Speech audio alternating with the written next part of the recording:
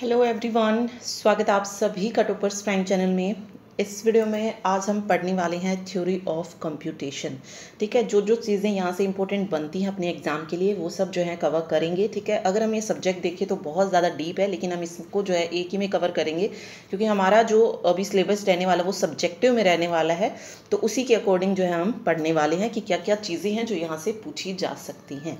ठीक है, तो सबसे पहले देख लेते हैं कि क्या क्या जो है हमको पढ़ना है। तो सबसे पहले टीओसी के बारे में पढ़ेंगे कि थ्योरी ऑफ कंप्यूटेशन है क्या, किस चीज़ के बारे में ये बात करता है। उसी में फिर आगे इसमें कुछ टर्मिनोलॉजीज आती हैं वो देखेंगे। साथ में एक चॉम्स्की हायरार्की है इसमें, जिसमें अलग अलग टाइप की ग्रामर जो है होती है, टाइप 0, टाइप 1, टाइप 2, टाइप 3, क्योंकि चॉम्स्की हायरार्की से डायरेक्ट क्वेश्चन पूछ सकते हैं, तो ये इंपॉर्टेंट है यहाँ पे पढ़ना। जो टर्मिनोलॉजी है वहाँ से भी जो है छोटे छोटे क्वेश्चन पूछे जा सकते हैं, उनको एक्सप्लेन करना जो है आ सकता है, स्ट्रिंग को या अल्फ़ाबेट क्या होता है, टोकन्स क्या होते हैं, तो वो हम देखेंगे। अगला जो टॉपिक इसमें बनता है वो बनता है फाइनाइट ऑटोमेटा से। फाइनाइट ऑटोमेटा में अलग अलग टाइप्स होते हैं। ठीक है, नॉन डिटर्मिनिस्टिक फाइनाइट ऑटोमेटा होता है, डिटर्मिनिस्टिक होता है, इन दोनों में क्या डिफरेंस होता है, तो वो सारा चीज़ इसमें आ जाएगा फाइनाइट ऑटोमेटा में। फिर लैंग्वेज आती है, तो कंटेक्स्ट फ्री लैंग्वेज क्या होती है, सेंसिटिव लैंग्वेज क्या होती है, तो वो हो जाएगा कंटेक्स्ट फ्री लैंग्वेज। एक टॉपिक ये आप लेके चल सकते हैं कंटेक्स्ट फ्री लैंग्वेज का। और दूसरा जो रहेगा वो रिकर्सिव लैंग्वेज का है, जिसमें भी अलग अलग आती हैं, जैसे रिकर्सिव एन्यूमरेबल लैंग्वेज आ गई। ठीक है, रिकर्सिव लैंग्वेज होगी, तो वो हम देखेंगे। ठीक, तो जितना सिलेबस दिया है उसके अकॉर्डिंग ही पढ़ेंगे। इसमें जो पूरा सिलेबस जो है ये यूजीसी नेट वाला ही है, लेकिन टॉपिक जो है इसमें कम दिए गए हैं, तो उसी के अकॉर्डिंग हम पढ़ेंगे, इतना ज़्यादा डीप में हम नहीं जाएंगे। ठीक है, तो चलिए शुरू करते हैं। बात कर रहे हैं हम टीओसी की। तो टीओसी में हम किसके बारे में बात करेंगे? टीओसी की फुल फॉर्म क्या हो जाएगी? सबसे पहले theory of computation. Theory of computation TOC में एक्चुअल में अगर हम देखें तो बात करते हैं हम मशीन्स की। किसकी बात कर रहे हैं? मशीन्स की बात कर रहे हैं। और इसी मशीन्स को थ्योरी ऑफ कंप्यूटेशन में आप क्या बोल सकते हैं? ऑटोमेटा बोल सकते हैं। ठीक है, क्या कर सकते हैं? ऑटोमेटा बोल सकते हैं। अब किसी भी मशीन को बनाने के लिए हमें क्या देना होता है? कुछ ना कुछ उसको इनपुट देनी होती है, और जहाँ से फिर हमें क्या मिलती है? आउटपुट मिलती है। ठीक है, तो देखिए किसी भी मशीन को जब हम बनाएंगे तो कुछ ना कुछ इनपुट देंगे, और इनपुट देने का भी कुछ ना कुछ क्या होगा? तरीका होगा। ठीक है, जो इनपुट हम देंगे, जो तरीका होगा इनपुट देने का, उसको हम क्या बोलेंगे? सेट ऑफ रूल्स बोल सकते हैं, जिसके अकॉर्डिंग हम जो भी देंगे वो इनपुट जाएगा। ठीक है, तो इन सेट ऑफ रूल्स को क्या बोला जाता है? ग्रामर बोला जाता है।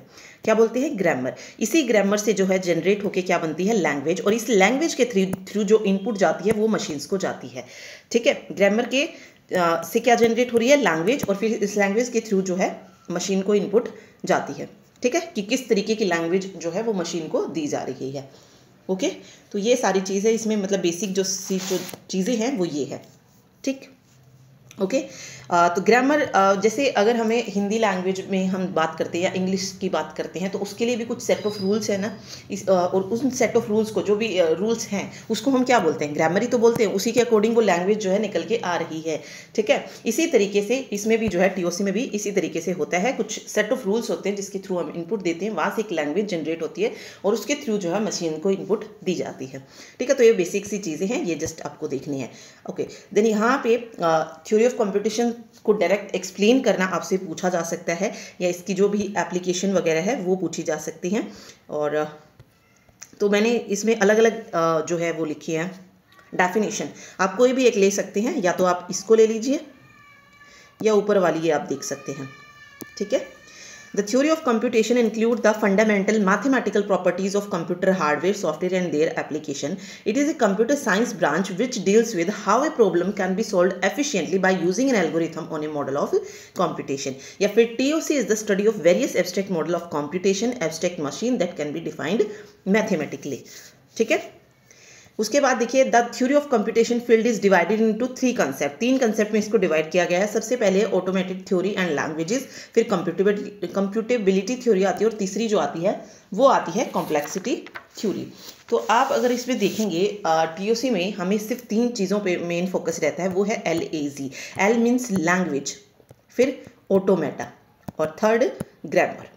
ठीक है, तो ये 3 चीज़ें ही जो है हमें इसमें पढ़नी है। ठीक, चलिए ऑटोमेटा थ्योरी, या ये वाली डेफिनेशन भी आप इसमें देख सकते हैं। Automata theory also known as theory of computation is the theoretical branch of computer science and mathematics which mainly deals with the logic of computation with respect to simple machine।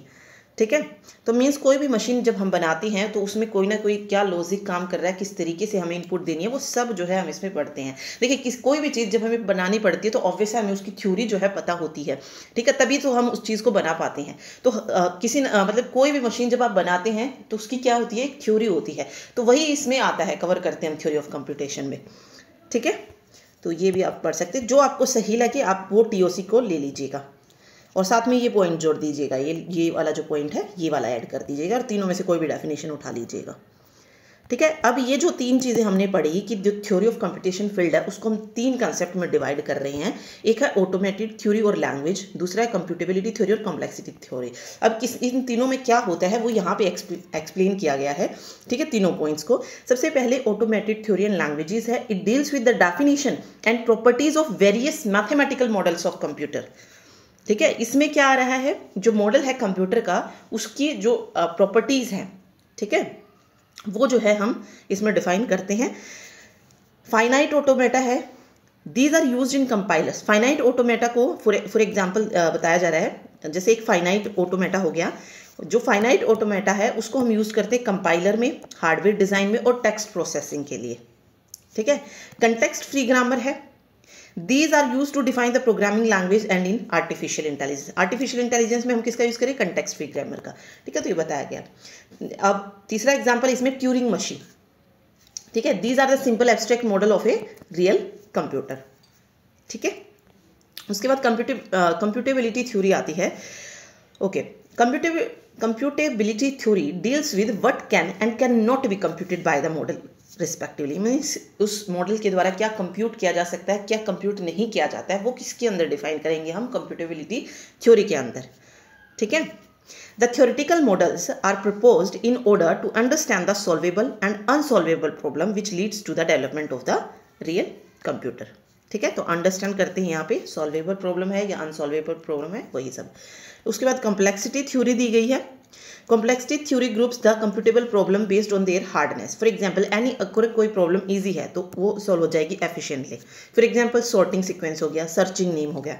अगर कोई problem hard है तो it can not be solve efficiently. For example factoring a 500 digit integer into prime factor. तो यहाँ पे ये बता दिया गया है कॉम्प्लेक्सिटी थ्योरी को करने के अलग अलग वो हैं। अगर कोई प्रॉब्लम इजी है तो हम उसको बहुत इजीली सॉल्व कर सकते हैं और कोई प्रॉब्लम हार्ड है तो ऑब्वियसली हम उसको एफिशिएंटली सॉल्व नहीं कर पाएंगे। ठीक है, तो ये कॉम्प्लेक्सिटी थ्योरी के अंदर हम देखते हैं। तो ये तीन चीज़ हैं जो टीओसी में हमने पढ़ी अभी। ठीक है, उसके बाद application of theory of computation है कि कहाँ पर हम इनको अप्लाई करते हैं। The theory of computation is applied in traffic light हो गया, लिफ्ट्स हो गया, एलिवेटर हो गया, मार्केटिंग है, कंपाइलर है, क्लाउड कंप्यूटिंग है। यहाँ पे जो है इन सब चीज़ों का यूज़ किया जाता है। ठीक है, ओके, तो ये डायरेक्ट आपको याद रखनी है, पूछे जा सकते हैं। उसके बाद जो है इसमें कुछ टर्मिनोलॉजीज जो है यूज़ होती हैं, छोटी छोटी टर्म्स जो इसमें यूज़ होते हैं वो देखते हैं। सबसे पहले सिंबल या फिर आप इसको टोकन भी बोल सकते हैं। तो it is the smallest building block which can be any alphabet, letter और पिक्चर। ठीक है, a symbol often also called a character is the smallest building block which can be any alphabet, letter, picture, symbol. मतलब इसमें सारी चीज़ें आ सकती हैं। ठीक है, चाहे आप स्मॉल लेटर ले रहे हैं, कैपिटल लेटर ले रहे हैं, ये न्यूमेरिक वैल्यू ले रहे हैं 0 1 2, या कोई भी सिंबल जैसे फाई हो गया, एप्सिलॉन हो गया, ये सब जो है किस में आ जाते हैं, सिंबल में आ जाते हैं। ठीक है, या आप इसको टोकन भी बोल सकते हैं। अब जो स्मॉल सिंबल होते हैं जैसे ए बी सी डी, ये जो स्मॉल सिंबल्स हैं, स्मॉल लेटर्स हैं, इसको हम क्या बोलते हैं, टर्मिनल्स बोलते हैं। क्या बोलते हैं इसको, टर्मिनल।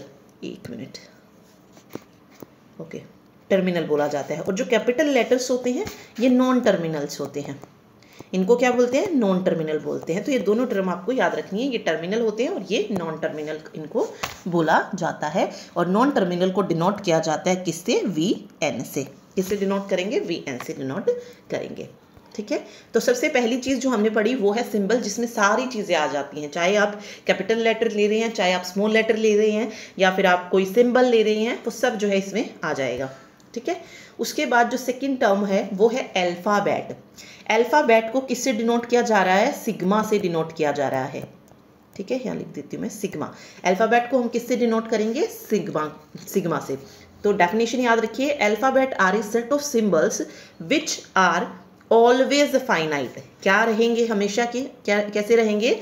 हमेशा फाइनाइट रहेंगे। ठीक है, चलिए फिर इसमें वो बताया गया है एग्जाम्पल, जैसे 0 और 1 is an alphabet of binary digit.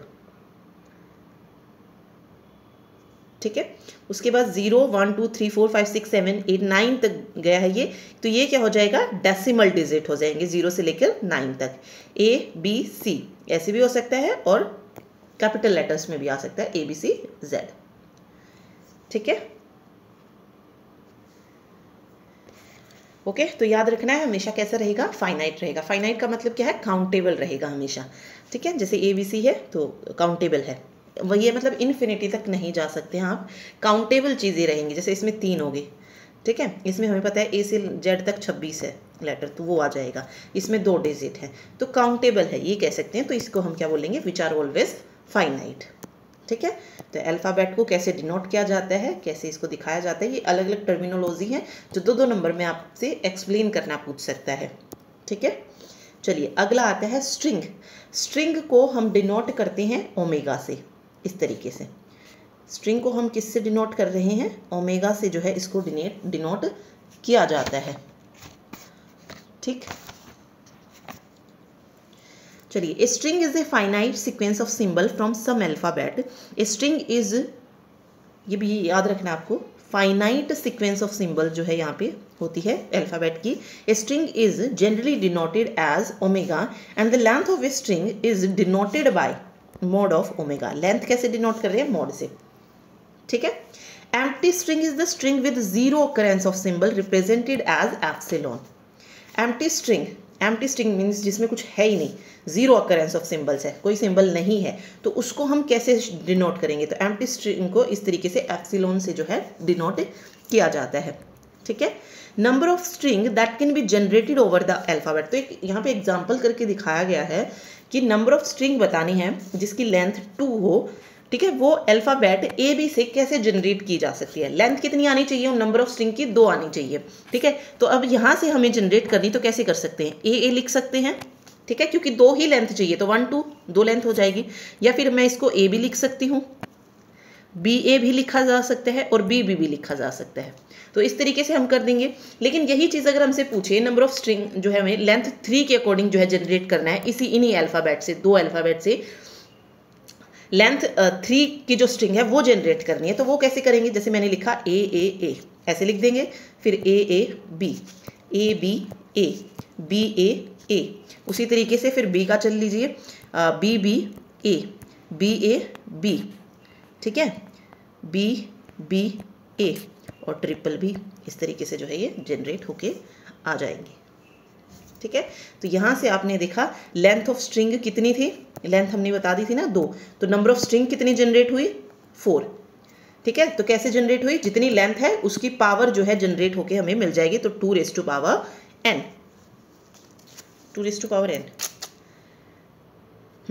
ठीक है, अब हमने जब ये लिया था लेंथ 3 जनरेट की थी, तो हमने क्या किया? फिर 3 थी ना लेंथ, तो ये 2 raised to power 3 कर देंगे, तो 8 जो है हमें जनरेट होके मिलेंगे 8 स्ट्रिंग। तो वही हमको मिली है 1 2 3 4 5 6 7 और 8 जो है टोटल हमको यहाँ से मिल गई। ठीक है, तो 2 raised to power n आपको याद रखना है, ऐसे भी लिख सकते हैं इसको। चलिए, ठीक है, तो स्ट्रिंग का अलग से आपसे पूछा जा सकता है, तो याद रखना है जितने मतलब अल्फ़ाबेट जो गिवन है उसके अकॉर्डिंग कितनी स्ट्रिंग जनरेट की जा सकती है उसका फॉर्मूला आपसे पूछा, मतलब आपको वैसे स्ट्रिंग को जब आप एक्सप्लेन करेंगे तो इसको पता होना, लिख देना इसको नोट बना कर। ठीक है, कंक्लूजन में। ठीक, तो 2 raised to power n जो है यहाँ पे राइट आंसर हो जाएगा। चलिए, अगला आता है closure representation in TOC। Closure representation कैसे होती है? तो 2 तरीके की होती है, एक हम लेते हैं L पॉजिटिव और दूसरी लेते हैं हम L स्टार। ठीक है, L पॉजिटिव को हम क्या बोलते हैं? पॉजिटिव क्लोजर बोलते हैं।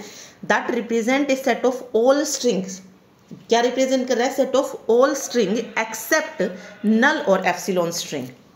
तो इसमें क्या बता रहा है कि इसमें हम जितनी भी स्ट्रिंग्स आ रही है वो सब लेंगे, सेट ऑफ ऑल स्ट्रिंग्स लेंगे हम एल पॉजिटिव क्लोजर में, लेकिन कभी भी हम एप्सिलॉन को जो है इसमें इंक्लूड नहीं करेंगे, यानी कि जो नल वैल्यू होती है एम्प्टी स्ट्रिंग जो है उसको हम नहीं लेंगे इसमें।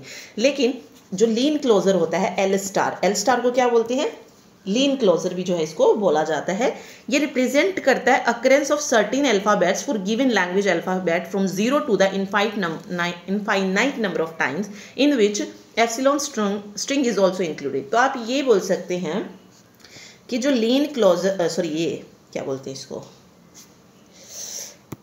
एल प्लस होता है, ये किसके बराबर आ जाएगा, अगर मैं एल स्टार में से लीन क्लोजर में से अगर मैं एम्प्टी को माइनस कर दूंगी तो मेरे को क्या मिल जाएगा, पॉजिटिव क्लोजर मिल जाएगा। ठीक है, तो अब ये चीज़ याद रखनी है कि जो पॉजिटिव क्लोजर होता है उसमें एम्प्टी वाला जो स्ट्रिंग होता है एप्सिलॉन जो होता है वो नहीं होता है, लेकिन लीन क्लोजर में जितनी भी सेट ऑफ ऑल स्ट्रिंग है वो तो होती ही होती हैं, साथ में एप्सिलॉन भी जो है इसमें इंक्लूड हो जाता है। बस ये दोनों में क्या है फ़र्क है जो आपको याद रखना है।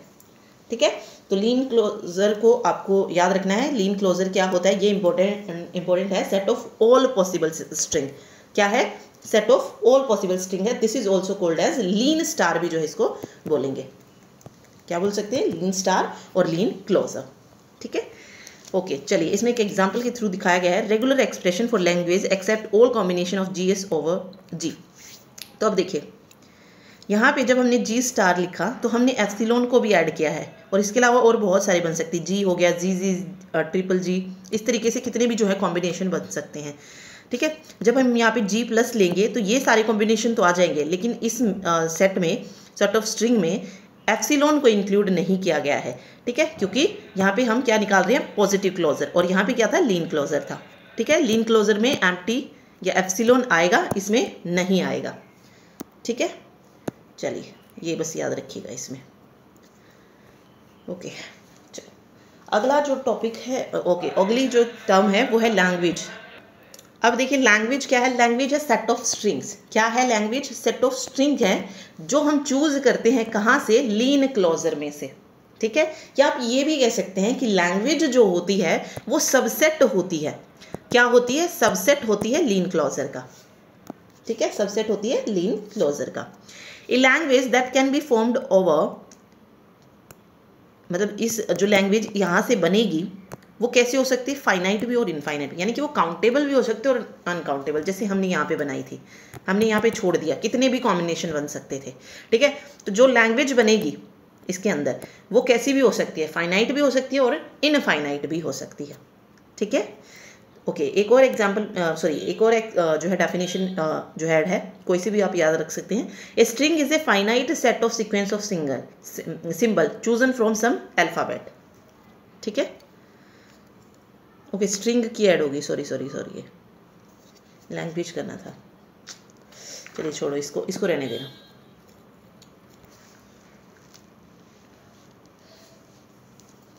ओके चलिए आगे है डिफरेंट ऑपरेशन। ओके सॉरी एक मिनट वेट। ओके ये स्ट्रिंग की हो गई है, यहाँ पे डेफिनेशन ऐड, स्ट्रिंग की डेफिनेशन है ये, इसको हटा दिया जाएगा। ठीक है, तो स्ट्रिंग में जो हमने ऊपर पढ़ा था वो भी आप लिख सकते हैं या डायरेक्ट ये। ठीक है, बट थोड़ा बड़ा याद रखिएगा उसको डिटेल में, तो वो ज़्यादा बेटर है, उसको आप अच्छे से एक्सप्लेन कर पाएंगे। यहाँ पे सिंपल से एग्जांपल से बताया गया है। उसके बाद डिफरेंट ऑपरेशन जो कि परफॉर्म्ड होते हैं स्ट्रिंग पे वो एक्सप्लेन किए गए हैं, जैसे कनकैटिनेशन हो गया, सब स्ट्रिंग हो गया, प्रीफिक्स हो गया, रिवर्सल हो गया, सफिक्स हो गया। तो ये कुछ ऑपरेशन जो कि स्ट्रिंग्स पे परफॉर्म किए जाते हैं। सबसे पहले जैसे हम कनकैटिनेशन पढ़ रहे हैं।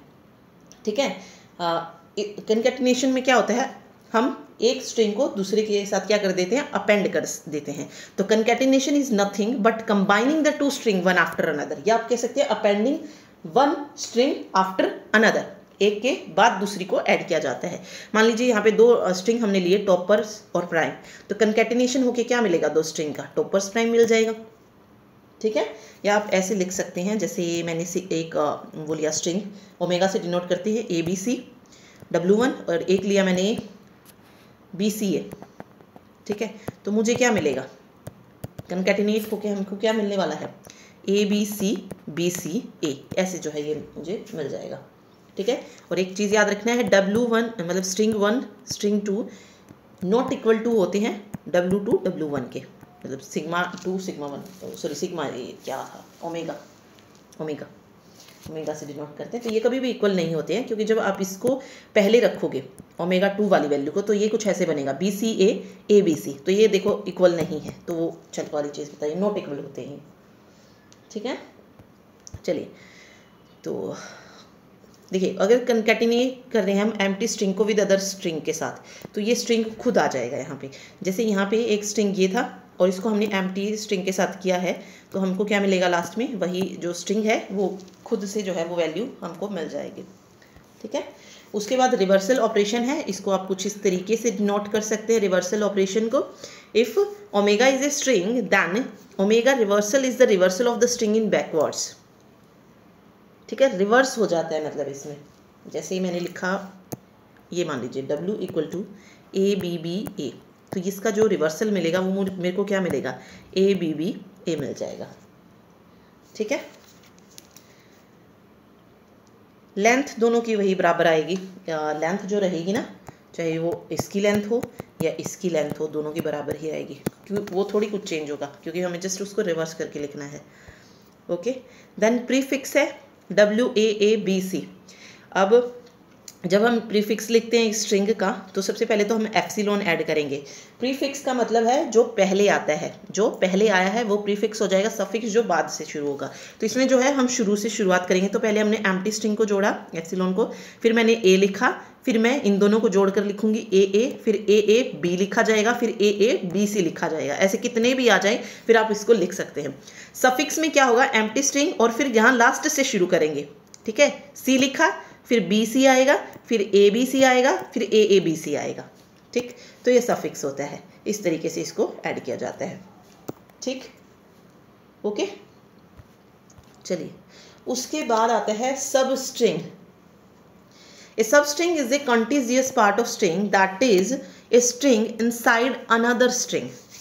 इसमें क्या होता है, स्ट्रिंग जो होता है अनदर स्ट्रिंग के अंदर होता है। In general for an string of size n there are n और n+1/2 नॉन एम्प्टी। तो यहाँ से मतलब कोई स्ट्रिंग दी गई है जिसका साइज n है, तो हम कितने नॉन एम्प्टी स्ट्रिंग कितने स्ट्रिंग्स जो है वहाँ से बना सकते हैं, तो n+1/2। ठीक है, और साथ में एक होता है एम्प्टी स्ट्रिंग भी, एप्सिलॉन को भी ऐड कर सकते हैं +1 करके। ओके, इसका एग्जाम्पल ओके करके देख लेते हैं एक बार, इसको एग्जाम्पल से करके देखते हैं। मान लीजिए मैंने कोई भी स्ट्रिंग ली ओमेगा ABCD।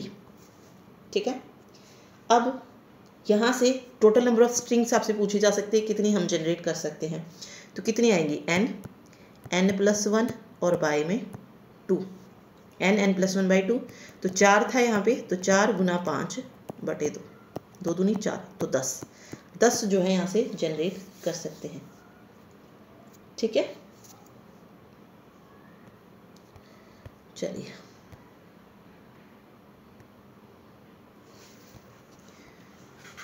ओके, उसके बाद आते हैं, देखिए कॉम्प्लीमेंट और पूछा जाता है कई बार कि हमें अगर लैंग्वेज का कॉम्प्लीमेंट निकालना है तो कैसे निकालते। कॉम्प्लीमेंट कैसे होगा, LC से हम इसको डिनोट करेंगे। और कॉम्प्लीमेंट कैसे निकलेगा, अगर मैं लीन क्लोजर में से लैंग्वेज को माइनस कर दूं तो क्या मिल जाएगा हमको, उसका कॉम्प्लीमेंट मिल जाएगा। लीन क्लोजर में से लैंग्वेज को माइनस कर दीजिए, लैंग्वेज का कॉम्प्लीमेंट आ जाएगा।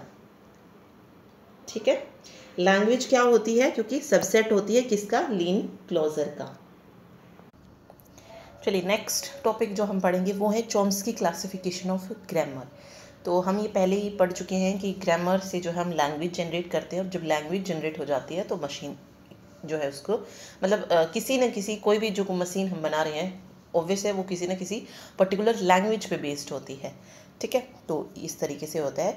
तो यहाँ पे आप देखेंगे according to Noam Chomsky there are 4 types of grammar, type 0, type 1, type 2, type 3। तो ये आपसे जो है क्वेश्चन पूछा जा सकता है, तो वहाँ पे आप बता देना कि Chomsky hierarchy represent the class of languages that are accepted by the different machines. ठीक है, चॉम्स्की हायरार्की जो है ये क्या रिप्रेजेंट करता है, क्लास ऑफ लैंग्वेजेस, जो लैंग्वेजेस की क्लास है उसको ये दिखाता है जो कि एक्सेप्ट की जाती हैं अलग अलग मशीनों के द्वारा। ठीक है, ऑटोमेशन यहाँ पे आप मशीन भी कह सकते हैं इसको। ठीक है, मशीन है। ओके, चलिए अब चॉम्स्की के अकॉर्डिंग जो है उन्होंने इस ग्रामर को 4 भागों में डिवाइड किया, type 0, type 1, type 2, type 3। Okay, और ये जो क्लासिफिकेशन था ये नोआम चॉम्स्की ने कब किया था? 1956 में किया था, ये भी याद रखना। तो 4 तरीके से जो था उसने ग्रामर को डिवाइड किया। देन ग्रामर एक्सेप्टेड किस वे में, उसके बाद जो है उस ग्रामर को किस लैंग्वेज में जनरेट किया गया और लैंग्वेज से जो है कौन सी मशीन जो है वो बनी है। ठीक है, तो ये सारी चीज़ें इसमें बताई गई हैं। सबसे पहले अगर आप देखेंगे तो टाइप 0 है। टाइप 0 को एंड रिस्ट्रिक्टेड ग्रामर भी जो है बोला जाता है। एंड रिस्ट्रिक्टेड ग्रामर का मतलब क्या है कि जिस पर कोई भी रिस्ट्रिक्शन ना हो। ठीक है, मीन्स कितने भी जो है सॉल्यूशंस इसमें हम बना सकते हैं। ठीक है, इन सब ये कह सकते हैं कि इसमें रूल्स की कोई लिमिटेशन नहीं होती है। देखिए, एक ग्रामर ऐसी हो जिसमें पर्टिकुलर रूल हो, 4 से 10 से 12 से जितने भी है, 10, 12, 15, और एक ग्रामर ऐसी हो जिसमें कोई रिस्ट्रिक्शन ही ना हो। ठीक है, मीन्स कोई भी जो है कुछ भी उसके अकॉर्डिंग बना सकता है अपने आप से, क्योंकि कोई रेस्ट्रिक्शन नहीं है उसमें। ठीक है, तो ऑब्वियस है जो टाइप 3 होगा वो है हाईली रेस्ट्रिक्टेड, उसको बनाना आसान होगा क्योंकि उसमें क्या है, रिस्ट्रिक्शन है, लिमिटेड चीज़ जो है हमें उस पर लगानी है। लेकिन कोई चीज़ अनरिस्ट्रिक्टेड है, ठीक है, मीन्स कोई लिमिटेशन वो ही नहीं है, कोई रिस्ट्रिक्शन ही नहीं है कि उस पर ये रूल लगेगा या इस पर ये रूल लगने वाला है। ठीक है, उसका कोई वो नहीं दिया है, तो आप कुछ भी लगा सकते हैं उसमें। तो टाइप 0 एक अनरिस्ट्रिक्टेड ग्रामर है जिसके द्वारा हम पावरफुल जो है मशीन बना सकते हैं। ठीक है, क्योंकि कुछ भी जो है हम उस पर अप्लाई कर सकते हैं क्योंकि कोई रूल नहीं है, ठीक, स्पेसिफिक रूल नहीं है उसमें। ठीक है, तो इसीलिए टाइप 0 को अनरिस्ट्रिक्टेड ग्रामर जो है बनाया जाता है। अनरिस्ट्रिक्टेड ग्रामर जो है इसको कहते हैं। और इससे जो लैंग्वेज जनरेट होती है वो जो लैंग्वेज जनरेट होती है उसको क्या कहा जाता है, रिकर्सिवली एन्यूमरेबल लैंग्वेज उसको बोला जाता है।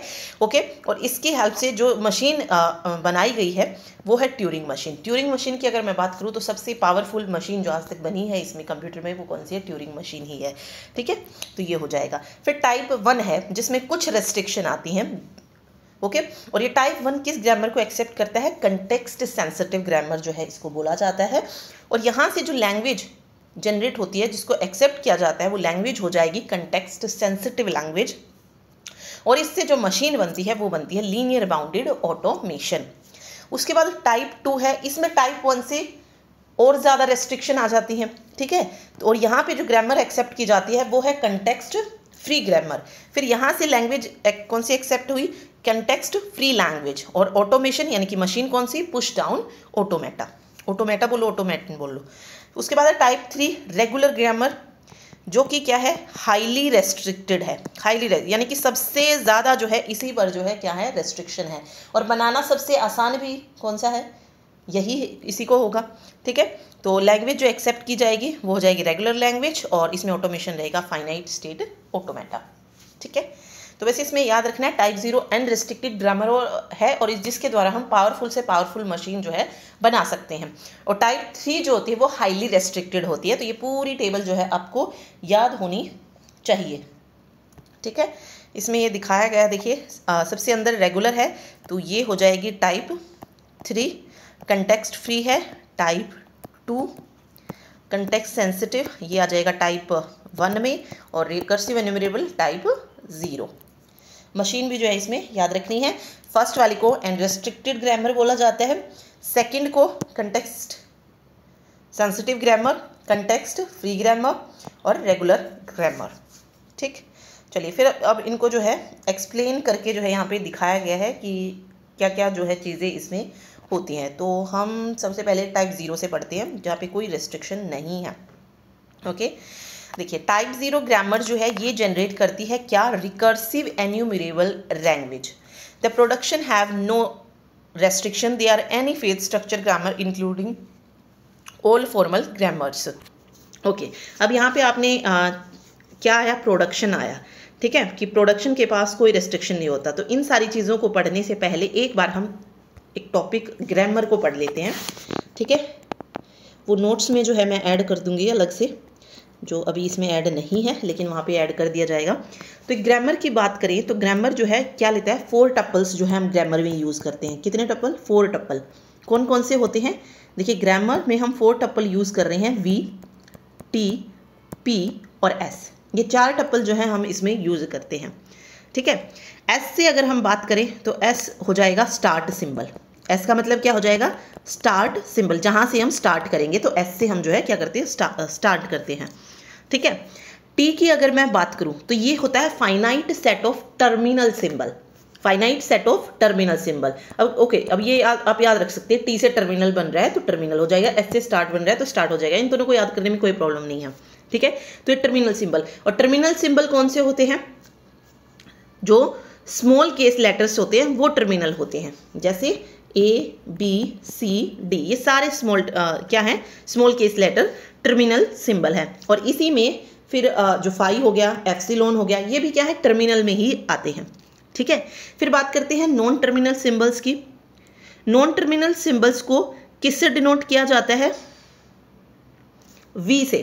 वी से जो है हम नॉन टर्मिनल सिंबल को डिनोट करते हैं, ये मैंने आपको पहले भी बता दिया था। ठीक है, और इसमें कौन से आ जाएंगे? जो अपर केस लेटर होते हैं। ठीक है, ए, बी, सी, ये। ठीक, फिर एक चीज और बच्ची, पी। पी किसको डिनोट करता है? पी डिनोट करता है finite non empty set of production rule. Finite non empty set of production rule. तो पी से हम प्रोडक्शन रूल को, तो अब प्रॉब्लम नहीं है याद करने में। देखिए एस से स्टार्ट सिंबल, टी से टर्मिनल, पी से प्रोडक्शन रूल। अब बचा क्या? वी। वी से क्या हो जाएगा? नॉन टर्मिनल हो जाएगा। ठीक है, प्रोडक्शन रूल अब किस तरीके से देखिए इसमें लगता है, ये याद रखिएगा, V, T, P, S. V, T, P, S, ये 4 जो है हम यूज़ करते हैं। कुछ भी हम लेंगे, चाहे आगे जो भी चीज़ पढ़े, ये 4 सिंबल आपको ज़रूर याद रखने हैं। ओके, चलिए अब प्रोडक्शन रूल की बात हम कर रहे हैं। देखो इसमें कुछ इस तरीके से यूज़ करते हैं हम, alpha tends to beta. Alpha tends to beta, या आप इसको कह सकते हैं if alpha then beta. If alpha then beta. ठीक है, तो ये प्रोडक्शन रूल कुछ इस तरीके से जो है इस पर लगाए जाते हैं। जैसे यहाँ पे हमने एक स्टार्ट सिंबल लिया और इसमें हमने ए, बी एक जो है स्ट्रिंग लिया है। ठीक है, तो यहाँ से हम लैंग्वेज को जनरेट करेंगे। ठीक है, जैसे अब यहाँ से अगर मैं देखूँ, ठीक है, तो मैंने ये इस तरीके से लिख लिया, अल्फा टेंड्स टू बीटा की फॉर्म में, कि स्टार्ट कर रहे हैं हम ए, बी। ठीक है, तो एस से ये स्टार्टिंग पॉइंट होगा। स्टार्ट से हम कहाँ जा रहे हैं? एक बार ए पे जा रहे हैं और एक बार बी पे जा रहे हैं, कुछ इस तरीके से जाएगा। फिर अगर मैं ये लिख दूँ कि A tends to epsilon, A tends to epsilon या एम्प्टी, तो ए से हम कहाँ पे चले जाएंगे? एम्प्टी पे चले जाएंगे। ठीक है, फिर मैं कुछ और लिख दूँ, मान लो बी टेंड्स टू सी, तो बी से हम कहाँ चले जाएंगे? सी पे चले जाएंगे। फिर सी टेंड्स टू ए लिख दिया, मान लीजिए मैंने, सी टेंड्स टू ए यहाँ पे। ठीक है, अब इससे आगे नहीं जा सकते क्योंकि यहाँ पे क्या आ गया? नॉन, वो आ गया टर्मिनल सिंबल। अब ये चीज़ भी आपको याद रखनी है, जहाँ पर टर्मिनल सिंबल आ जाता है वहीं पर जो हम जनरेट कर रहे हैं लैंग्वेज वो खत्म हो जाएगी। ठीक है, जब तक कैपिटल लेटर आता जा रहा है, यानी कि नॉन टर्मिनल सिंबल आ रहे हैं, तब तक हम जनरेट करते जाएंगे, लेकिन जैसे ही नॉन टर्मिनल सिंबल आएगा वहाँ पर हम खत्म कर देंगे उस चीज़ को। ठीक है, तो वहाँ से क्या जनरेट हो जाएगा? अब यहाँ पे लास्ट में हमने ये किया है, तो यहाँ से हमें जनरेट होकर क्या मिल गया? ए। ठीक है, अगर सी जनरेट कर रहा होता, सी टेंड्स टू ए भी होता, तो यहाँ से हमको क्या मिलता? A B. ए बी जो है हमको मिल जाता। फिर आगे ये जनरेट नहीं करता, आगे जनरेट नहीं करता क्योंकि नॉन टर्मिनल सिंबल इसमें आ गया है। ठीक है, तो ये लैंग्वेज जो है इस तरीके से, सॉरी ग्रामर जो होता है, ये सारे इसमें आपको ग्रामर में मैंने आपको बता दिया कि किस तरीके से ग्रामर का रूल लगता है। ठीक है, अब यही रूल जो है आगे टाइप 0, टाइप 1, टाइप 2 में अलग अलग तरीके से टर्मिनल और नॉन टर्मिनल सिंबल्स को लेकर जो है लगते हैं। ठीक, चलते हैं, चलिए देखिए पढ़ते हैं। ओके, सबसे पहले हम टाइप 0 ग्रामर पढ़ रहे हैं। टाइप 0 ग्रामर हमने पढ़ा था क्या होती है? अनरेस्ट्रिक्टेड ग्रामर होती है। ठीक है, अनरिस्ट्रिक्टेड होती है, यानी कि कोई रिस्ट्रिक्शन इस पर नहीं होती है। मीन्स आप कुछ भी ले सकते हैं, आप टर्मिनल सिंबल ले सकते हैं, आप नॉन टर्मिनल सिंबल ले सकते हैं। ठीक, तो देखिए टाइप 0 ग्रामर सबसे पहले तो क्या, कौन सी लैंग्वेज को जनरेट करती है? Recursive enumerable language. Recursive enumeration language को जो है ये जनरेट करती है। उसके बाद प्रोडक्शन रूल्स, जो अभी मैंने आपको बताया, इसमें कोई रूल नहीं होता, किसी भी तरीके से जो है हम जनरेट कर सकते हैं। तो the production have no restriction, ये पॉइंट्स आपको लिखने अगर आता है तो they are any phase structure grammar including all formal grammars. They generate the language that are recognized by a Turing machine, मतलब वही जो हमने टेबल में पढ़ा था वही इसमें लिख दिया गया है। ओके, जब production can be in the form of alpha tends to beta where alpha is string of terminals and non terminals, यानी कि यहाँ पे जो अल्फा है ये टर्मिनल भी हो सकता है, नॉन टर्मिनल भी हो सकता है, लेकिन इसमें एक ही कंडीशन आती है कि इसके पास अल्फा के पास लेफ्ट साइड पे हमारा वन नॉन टर्मिनल होना ज़रूरी है। देखो टर्मिनल हो जाए, नॉन टर्मिनल हो जाए, कुछ भी आ जाए, लेकिन एक नॉन टर्मिनल होना ज़रूरी है। देखो अब सिर्फ टर्मिनल आ रहा है तो हम उसको टाइप 0 ग्रामर में नहीं लेंगे, यहाँ पर एक नॉन टर्मिनल होना ज़रूरी है, ठीक है। और अल्फा जो है वो नल भी नहीं हो सकता है, यहाँ पे अल्फा नल नहीं हो सकता है। Beta is a string of terminal and non terminal, लेकिन बीटा में कोई भी वैल्यू चल सकती है, चाहे आप टर्मिनल दे लो, नॉन टर्मिनल दे लो, या फिर दोनों वैल्यू दे लो, कोई प्रॉब्लम नहीं होगी, ठीक है। तो ये हो जाएगा। ओके, इसको दिखाते किस तरीके से वो बता देती हूँ मैं। देखिए अब इसको कैसे दिखा सकते हैं। मान लीजिए मैंने लिखा wait alpha tends to beta, ठीक है। अल्फा जो है ये फॉलो करेगा किसको, वी क्या होता है, वी होता है non terminal symbol, okay. V non terminal होता है प्लस टी, यानी कि दोनों का कंकैटिनेशन, ओके। इस प्लस का मतलब क्या होता है, अगर हम इस फॉर्म में देखें तो और होता है, ठीक है।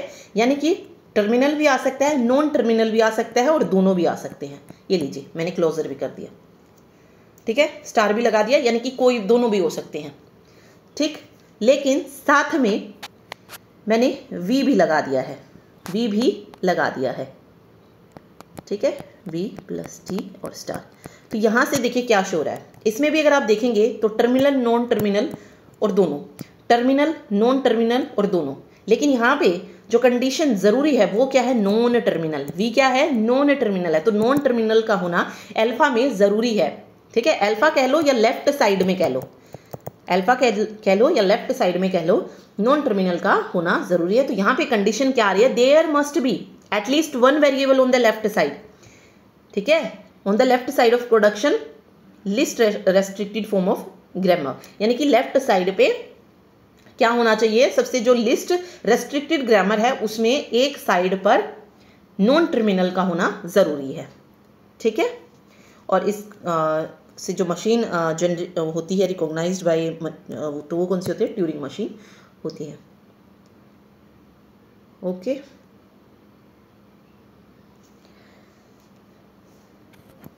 अब अगर सिंपल सा एक एग्जांपल इसमें लेते हैं, मान लीजिए मैंने लिखा स्टार्ट ए बी और टेंड्स टू बी ए, ठीक है।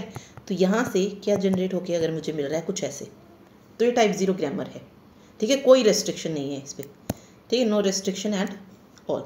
या यहाँ पे एक एग्जांपल आप देखेंगे तो S tends to A C A B, ठीक है।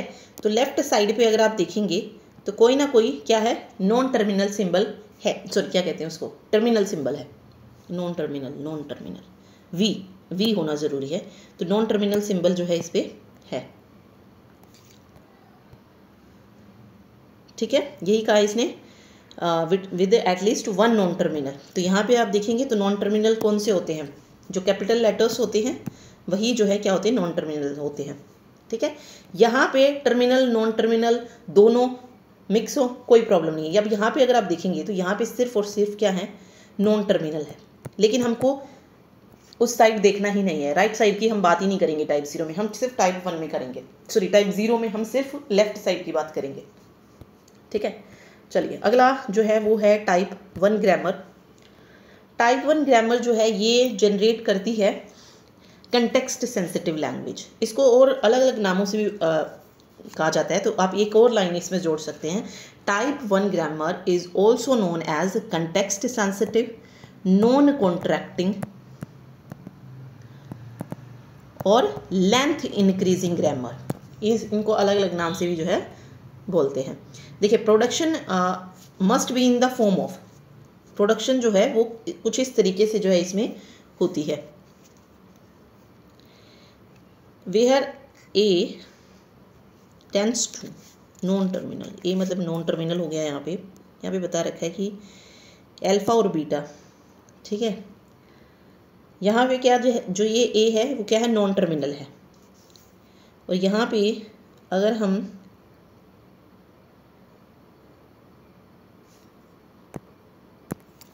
ओके एक सेकंड, हमने टाइप 0 में सिर्फ अल्फ़ा की बात तो कर ली लेकिन बीटा की नहीं की। ओके बीटा की हमने की थी कि बीटा में सब कुछ आ सकता है, बीटा में सब कुछ आ सकता है टाइप 0 में, ठीक है।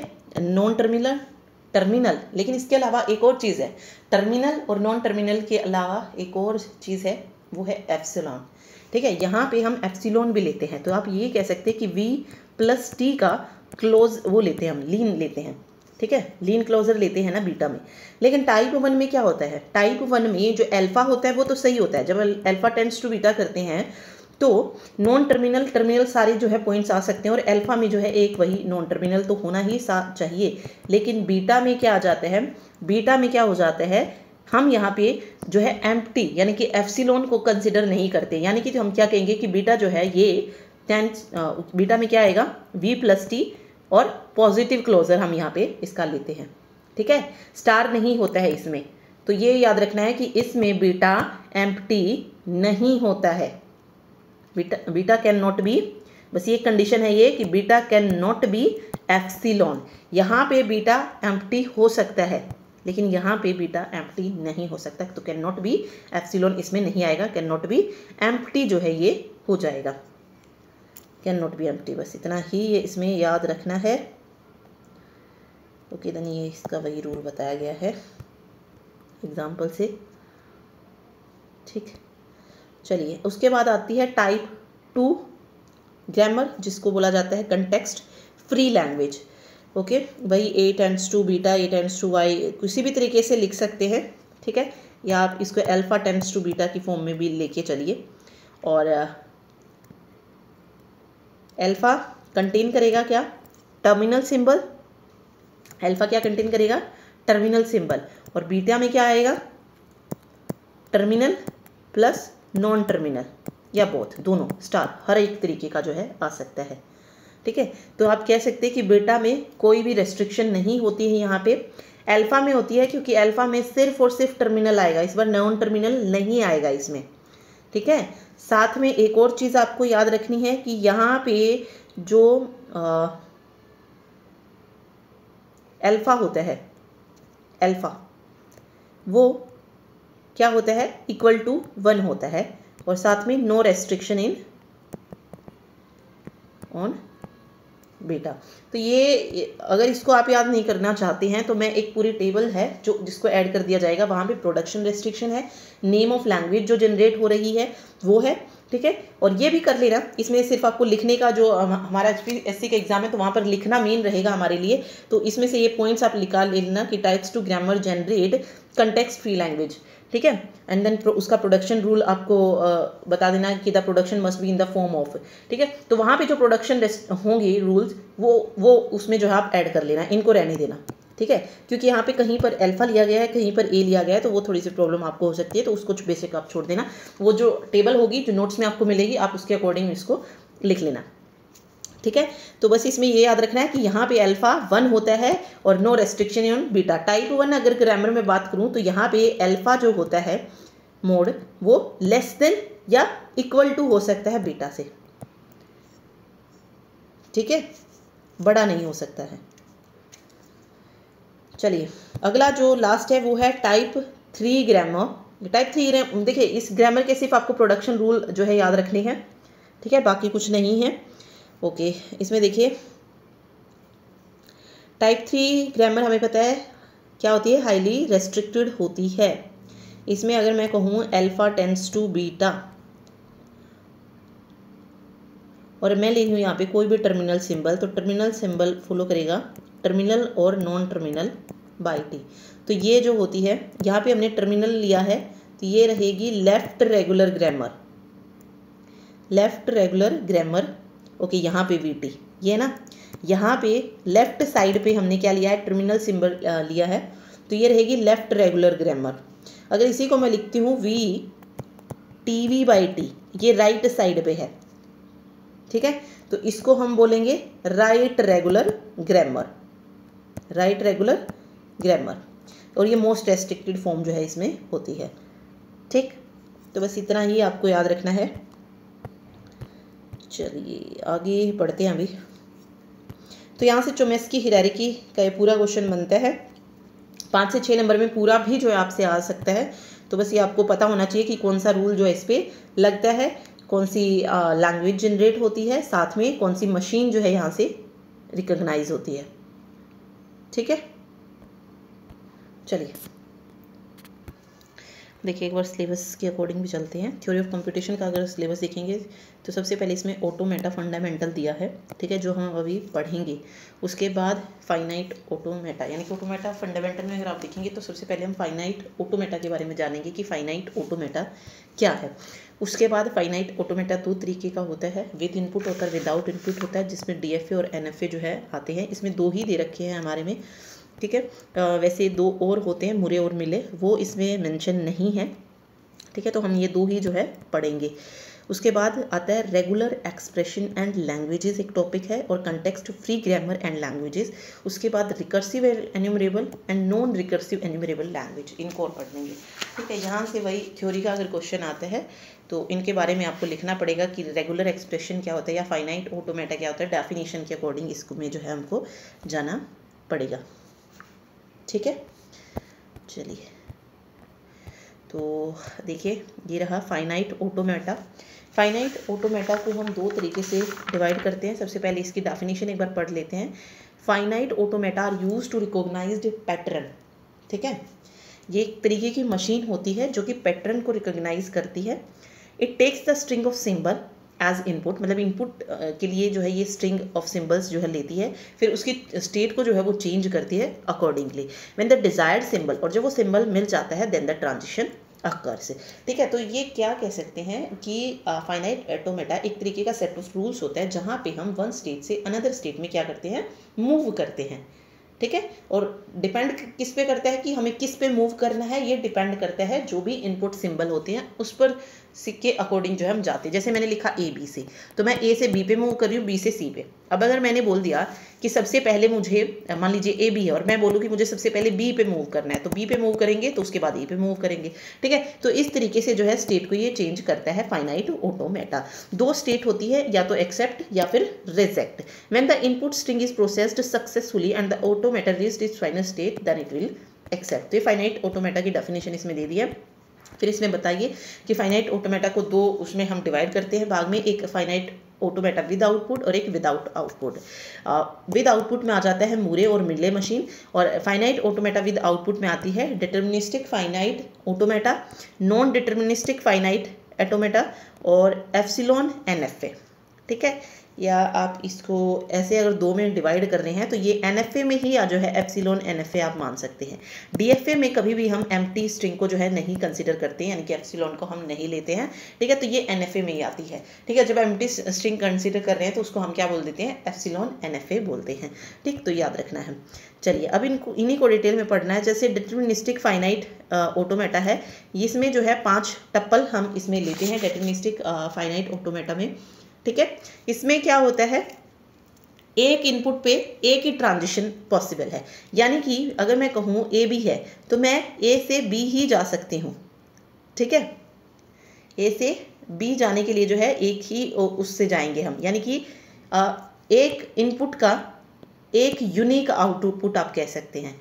ऐसा नहीं है कि A से मैं B पे भी जा रही हूँ फिर A से C पे भी जा रही हूँ, कुछ इस तरीके से। ओके, आगे जब हम एग्जांपल पढ़ेंगे उसमें और क्लियर जो है इसमें हो जाएगा। तो इसमें 5 टप्पल हम लेते हैं, Q समिशन या सिग्मा, फिर स्मॉल Q है, F है और ये ट्रांजिशन फंक्शन है, ठीक है।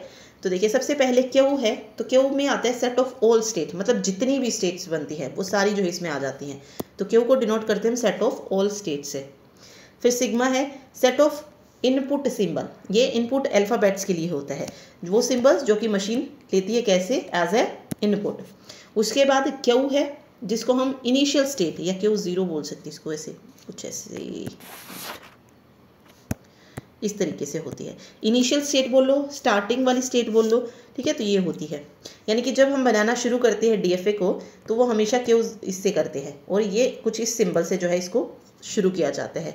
आगे आएगा वो बनाएंगे जब हम कंस्ट्रक्शन करेंगे डीएफए की, तो वो किस तरीके से होती है वो देखते हैं। एफ जो है ये फाइनल स्टेट के लिए होता है, और एक ये ट्रांजिशन फंक्शन है, ठीक है। ट्रांजिशन फंक्शन को कुछ इस तरीके से दिखाया जाता है। और एक और चीज़ याद रखिए, जो फाइनल स्टेट होती है वो सबसेट होती है किसका, जो सेट ऑफ ऑल स्टेट होती है। क्योंकि क्यों में सारी स्टेट्स आ गई हैं, तो हम क्या कह सकते हैं, जो फाइनल स्टेट रहेगी वो भी तो इसी के उसमें से रहेगी। ये क्या होती है, इसका सबसेट होती है फाइनल स्टेट। ओके, तो बस ये पॉइंट्स आपको याद रखने हैं कि डीएफए कंसिस्ट होता है, और in DFA particular input character the machine goes to one state, यानी कि एक इनपुट पे से वो एक ही स्टेट पे जो है जाता है, ठीक है। A transition function is defined on every state for every input symbol. साथ में ये भी बता दिया है कि जो ट्रांजिशन फंक्शन होगा वो हर एक उसके लिए होगा, every state for every input, मतलब हर एक इनपुट सिंबल के लिए बनेगा। ओके, इन डीएफए नल और epsilon move is not allowed. ये एनएफए में अलाउड होता है लेकिन डीएफए में अलाउड नहीं होता है, ठीक। और जब हम कंस्ट्रक्ट करते हैं डीएफए को तो always prefer to use the existing path, create a new path only when there exist no path to go. तो अगर हम जो डीएफए कंस्ट्रक्ट करते हैं तो हमारे पास जो एग्जिस्टिंग पाथ है उसी को प्रेफर करना चाहिए, लेकिन एग्जिस्ट नहीं कर रहा है पाथ वहाँ जाने के लिए, तो देन हम न्यू पाथ को क्रिएट कर सकते हैं, ठीक है। तो एक एग्जांपल से इसको समझते हैं। चलिए, सबसे पहले हम डिटरमिनिस्टिक का मतलब ही समझते हैं। डिटरमिनिस्टिक की हम बात कर रहे हैं। डिटरमिनिस्टिक का मतलब क्या है कि जो हमारी इनपुट है, ठीक है, जब हमारी इनपुट अपनी स्टेट को चेंज करेगी, ठीक है, तो जो वो चेंज स्टेट करेगी वो क्या होगी, हमेशा यूनिक होगी। जो ट्रांजिशन होगा वो यूनिक होगा, ठीक है। किस तरीके से, मान लीजिए हमें एक एग्जांपल से ले लेते हैं। जैसे मैंने लिखा ए बी, ठीक है, स्टार्ट पॉइंट हम करेंगे, इनिशियल स्टेट जो हमारी होती है क्यू ज़ीरो ले लो या वो एस ले लो, तो स्टार्ट तो वहीं से करेंगे, कुछ इस तरीके से शो होगा, ठीक है। क्यू ज़ीरो से हम कहाँ पर जाएंगे, ए और बी है, तो सबसे पहले क्यू ज़ीरो से हम कहाँ पे जाएंगे, ए पे जाएंगे, ठीक है। ये क्यू वन पे आ गए हम, ठीक। फिर ए से हम कहाँ पे जा रहे हैं, बी पे जा रहे हैं, तो क्यू वन से यहाँ पे हम किस पे जाएंगे, बी पे जाएंगे, ठीक है। यहाँ से हम जाएंगे क्यू वन से क्यू टू, इस तरीके से क्यू वन से क्यू टू। हम ऐसा नहीं कर सकते हैं कि हम क्यू ज़ीरो से क्यू वन पे जा रहे हैं ए से, और यहीं से हम फिर जा रहे हैं बी पे भी, ठीक है। एक ही इनपुट पे काम करेंगे हम एक बार में, ठीक है। यानी कि जो स्टेट चेंज होगी वो सिर्फ एक इनपुट पे होगी, यूनिक होगा। यानी कि ऐसा नहीं है कि हम क्यू ज़ीरो से जो है स्टार्टिंग पॉइंट से जो है ए पे भी जा रहे हैं और बी पे भी जा रहे हैं, तो वो नहीं होगा। वो एनएफए में हम कर सकते हैं लेकिन डीएफए में ऐसा नहीं होता है। तो अब यहाँ से जो है कंस्ट्रक्ट करना आता है डीएफए। डायरेक्ट क्वेश्चन आपसे कंस्ट्रक्शन का भी पूछ सकता है, अदरवाइज आपको स्टेप तो याद रखने ही है। स्टेप पूछेगा तो ये जो है always prefer to use the existing path, और सेकंड था create a new path only when there exist no path to go with, ठीक है। अब मान लीजिए मुझे डिज़ाइन करना है डीएफए, जो कि किससे बन रहा है, ए से बन रहा है। मान लीजिए ले लेते हैं कि हमको डिज़ाइन करना है डीएफए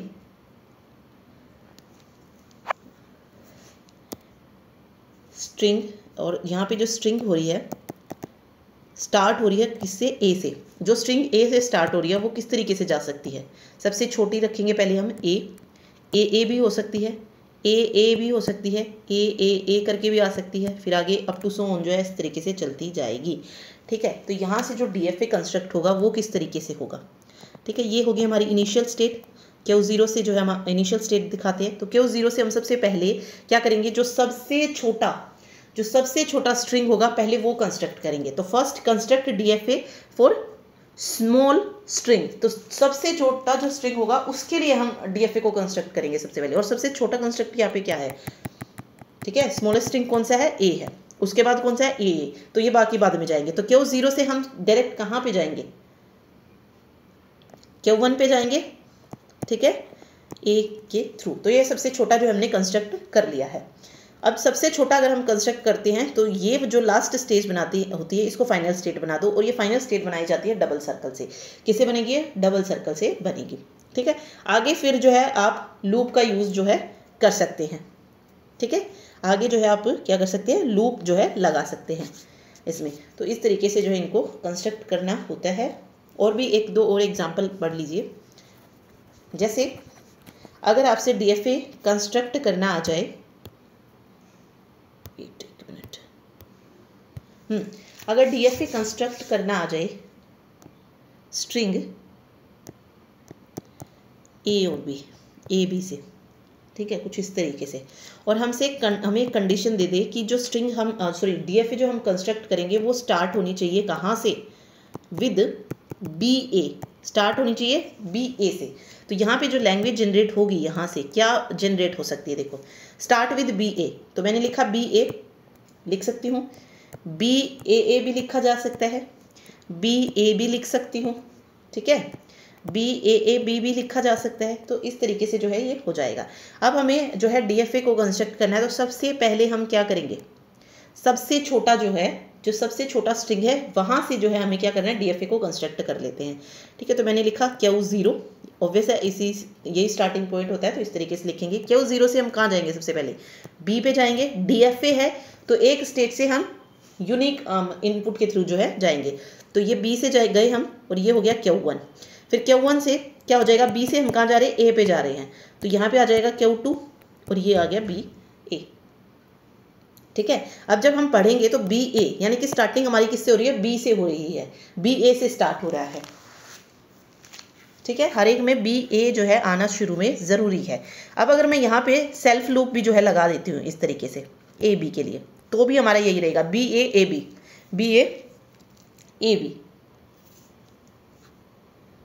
ठीक है, और अगर Q0 से, मान लीजिए Q0 से हम ए से मतलब हर एक सिंबल को जो है क्या करना होता है, ट्रांजिशन करके दिखाना होता है ना, यही तो हमने पढ़ा था। तो ए पर से अगर हम जाएंगे तो हमारे पास क्या बनेगा, Q2 तक हम आ चुके हैं, तो ये बनेगा Q3, और ये कौन सी स्टेट बन जाएगी, ट्रैप स्टेट आ जाएगी। यहाँ पे जो Q3 रहेगी वो कैसी स्टेट रहेगी, ट्रैप स्टेट रहेगी। मीन्स इसका मतलब क्या है कि हम Q3 पे किसी और स्टेट के द्वारा जो है नहीं जा सकते, we can't go to any other state with Q3। ठीक है, तो कुछ इस तरीके से डीएफए को कंस्ट्रक्ट जो है किया जाता है, और उसमें फिर देन इसमें जो जो चीज़ें लिखी है उसको मेंशन करना, आपको ट्रांजिशन डायग्राम पूछा जा सकता है। तो इसमें बता दो कि Q जो है यानी कि जो हमारी स्टेट रही हैं वो कौन कौन सी रही हैं। अब इसमें स्टेट हमने Q0 ली है, तो ये दिखा दो कि Q0 स्टेट है, फिर Q1 भी ली है, Q2 भी है, और Q3 भी है। तो ये हमने स्टेट को शो कर दिया ऐसे। ठीक है, देन हमारा स्ट्रिंग क्या था, तो ए बी था, तो ए बी दिखा दो। ठीक, जो इनपुट लिया है हमने वो दिखा दिया, हमने सेट ऑफ इनपुट दिखाया। देन इनिशियल स्टेट कौन सी थी, तो Q0 थी, तो ये इनिशियल स्टेट आ गई। फाइनल स्टेट हमको क्या मिली, फाइनल स्टेट हमको ये मिली थी ना, यहाँ पे आके खत्म हो गया था बी ए बी। अब आप उसको किसी भी तरीके से पढ़ते जा सकते हैं। तो फाइनल स्टेट हमारी क्या थी, Q2 थी, तो यहाँ पे फाइनल स्टेट को हमने शो कर दिया Q2 से। तो ये इस तरीके से जब हम कंस्ट्रक्ट करते हैं तो ये सारी चीज़ें हमको दिखानी पड़ती हैं कि किस तरीके से बन के आएगा। ठीक है, चलिए एक और क्वेश्चन जो है करते हैं, क्योंकि यहाँ पे डीएफए कंस्ट्रक्ट करना जो है पूछा जा सकता है, तो ये अच्छे से जो है आना चाहिए। अब मान लीजिए हम कंस्ट्रक्ट कर रहे हैं एक और डीएफए,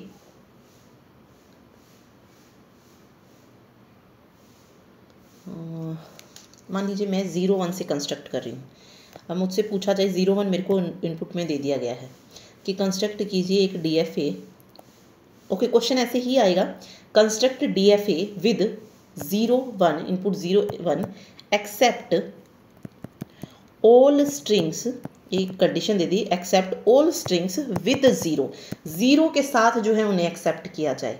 0 1 पे जो है हम बना रहे हैं, और with all string accept with 0।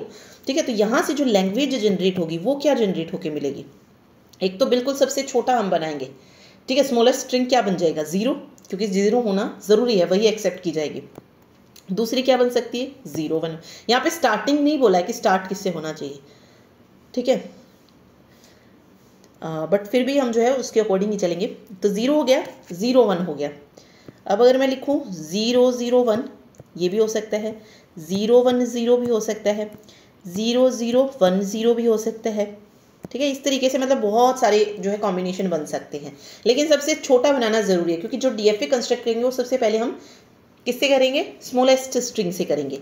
ठीक है, तो यहाँ से जब डीएफए को कंस्ट्रक्ट करेंगे हम किस तरीके से आएगा, हमें पता है Q0 जो होती है वो इनिशियल स्टेट होती है, जिसको हम कुछ इस तरीके से शो करते हैं। Q0 क्या होती है, इनिशियल स्टेट होती है ऑन इनपुट 0। अब ये इनपुट 0 पे है, तो इनपुट 0 जब हम देंगे तो ये किस स्टेट में जाएगी, चेंज होके Q1 स्टेट में आ जाएगी। किस में आ जाएगी, Q1 स्टेट में आ जाएगी। ठीक है, Q1 जो है 0 को एक्सेप्ट कर लेगा। ठीक है, ओके। तो ये अब देखिए, अब जो हमारा स्मॉलेस्ट स्ट्रिंग हमने बनाया है उसमें सिर्फ 0 ही था, तो ऑब्वियस है ये जो हमारी लास्ट बनेगी ये हमारी क्या बन जाएगी, फाइनल स्टेट बन जाएगी। ठीक है, हमें बिल्कुल मिनिमम जो है पहले बनाना है ट्रांजिशन डायग्राम जब हम बनाएंगे। ठीक, तो Q1 जो है उसको क्या करेगा, एक्सेप्ट कर लेगा और ये जो है फाइनल स्टेट बन जाएगी। ओके, अब Q0 से ये तो इनपुट 0 पे गई, उसके बाद अगर मैं 1 पे भी लेके जाऊँ इसको, देखिए 0 से चला गया, अब यहाँ पे 0 1 है तो 0 से चला गया, लेकिन अगर इसी को मैं 1 इनपुट पे भी जो है अगर लेके जाती हूँ तो Q0 on 1 input goes to कहाँ पे जाएगा, Q2 के पास जाएगा। तो ये कौन सी स्टेट बन जाएगी, क्योंकि हमें पता है डीएफए में अगर हम देखें तो हम सिर्फ एक ही इनपुट से जो है हम जा सकते हैं। अब Q0 से हम Q1 पे सिर्फ एक ही इनपुट पे जा सकते हैं, 2 इनपुट नहीं रखेंगे। ठीक है, तो ये हम यहाँ पे हमारी 2 इनपुट होगी, तो ये Q2 क्या हो जाएगी, डेड स्टेट हो जाएगी। क्या हो जाएगी, डेड स्टेट, या इसको और क्या बोल सकते हैं, ट्रैप बोल सकते हैं। ठीक है, ओके, तो डेड स्टेट है, क्योंकि Q2 के पास अगर हम चले जाते तो वहाँ से हमारे पास फाइनल स्टेट पे पहुँचने का कोई पाथ नहीं है। जब हम फाइनल स्टेट पे नहीं पहुँच पाएंगे तो ऑब्वियसली डेड स्टेट हो जाएगी, यहाँ पे आके ख़त्म हो जाएगा। ठीक, तो अगर मैं यहाँ पे सेल्फ लूप लगा दूँ, मान लो ये लगा दिया मैंने सेल्फ लूप 0 और 1 के लिए, तो अब यहाँ पे कोई प्रॉब्लम नहीं, किसी भी तरीके से पढ़ सकते हैं आपको, 0 1 0 0 1 0 1 0 किसी भी तरीके से आ सकते हैं। तो सेल्फ लूप ये ले लेता है।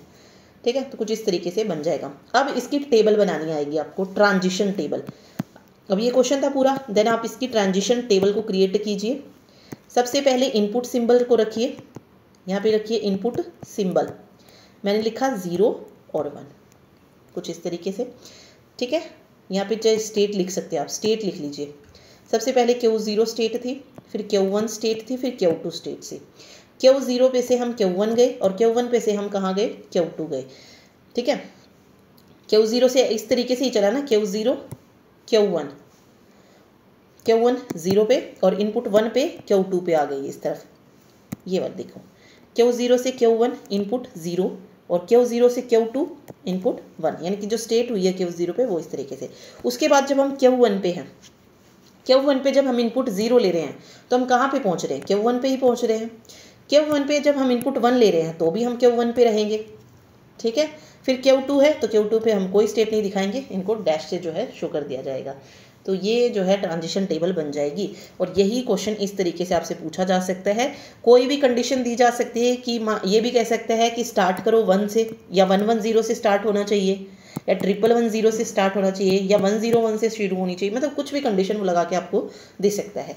ठीक है, बस आपको करना क्या है, ऐसे डीएफए को कंस्ट्रक्ट करना है, देन उसकी ट्रांजिशन टेबल को दिखाना है। ठीक, तो एक और जो है कंस्ट्रक्ट करके देखते हैं, क्योंकि क्वेश्चन यहीं से इम्पोर्टेंट बनता है, कंस्ट्रक्शन से ही, तो वो हुई आपको पता होनी चाहिए। चलिए ये जल्दी जल्दी करेंगे, इसमें टेबल वेबल जो है बनाकर नहीं देखेंगे, सिंपल डायग्राम। ओके, तो हमें कंस्ट्रक्ट करना है DFA for the language accept string. String जो है स्टार्ट होनी चाहिए किससे, 101 से। तो यहाँ से जो लैंग्वेज जनरेट होगी वो किस तरीके से होगी,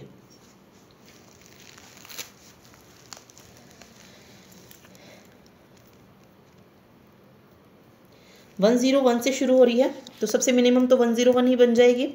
देन 101 1 लगा सकते हैं, देन 10110 हो सकता है, 101101 हो सकता है। हमें मेन क्या चेक करना है, 101 आना चाहिए, 101 आ रहा है, then up to so on, कितने भी हो सकते हैं। तो सबसे पहले हम 101 के लिए जो है स्मॉलेस्ट स्ट्रिंग के लिए जो है क्या करेंगे, कंस्ट्रक्ट करेंगे डीएफए को। तो ये होगी हमारी इनिशियल स्टेट। Q0 से हम कहाँ पे जाएंगे, इनपुट 1 पे जाएंगे, इनपुट 1, और तो हम पहुँच जाएंगे Q1। फिर इनपुट क्या है, 0 है, तो Q1 से यहाँ पे पहुँच गए Q2, ठीक है, Q1 से Q2, और Q2 से Q3 लिख लो या Q फाइनल लिख लो, ठीक है, क्योंकि ये जैसे ही हमारा स्मॉलेस्ट स्ट्रिंग कंस्ट्रक्ट होगा वो हमारी क्या बन जाएगी, फाइनल स्टेट जो है आ जाएगी। तो ये Q फाइनल आ गई, तो इसको मैं डबल सर्कल से शो कर दूंगी। तो 101 जो है ये बन जाएगा, 101 जो है आ जाएगा। अगला है देखो 101 ये तो हो चुका है, अगला 1 है। अब Q0 से अगर मैं 0 पे जा रही हूँ, पहले तो हमने ये 1 पे लिया है, दूसरा जो इसमें सिंबल है वो क्या यूज़ हो रहा है, 0 यूज़ हो रहा है। तो Q0 से 0 पे अगर मैं जाऊँगी, ठीक है, तो मैं यहाँ पे पहुँच जाती हूँ डेड स्टेट में, क्योंकि हम एक ही इनपुट पे जा सकते हैं। अगर मैं Q1 से मैं इनपुट 0 के साथ Q2 पे गई हूँ, तो इसी Q1 पे अगर मैं 1 के साथ जाऊँगी, ठीक है, तो कहाँ पे जाऊँगी, डेड स्टेट में।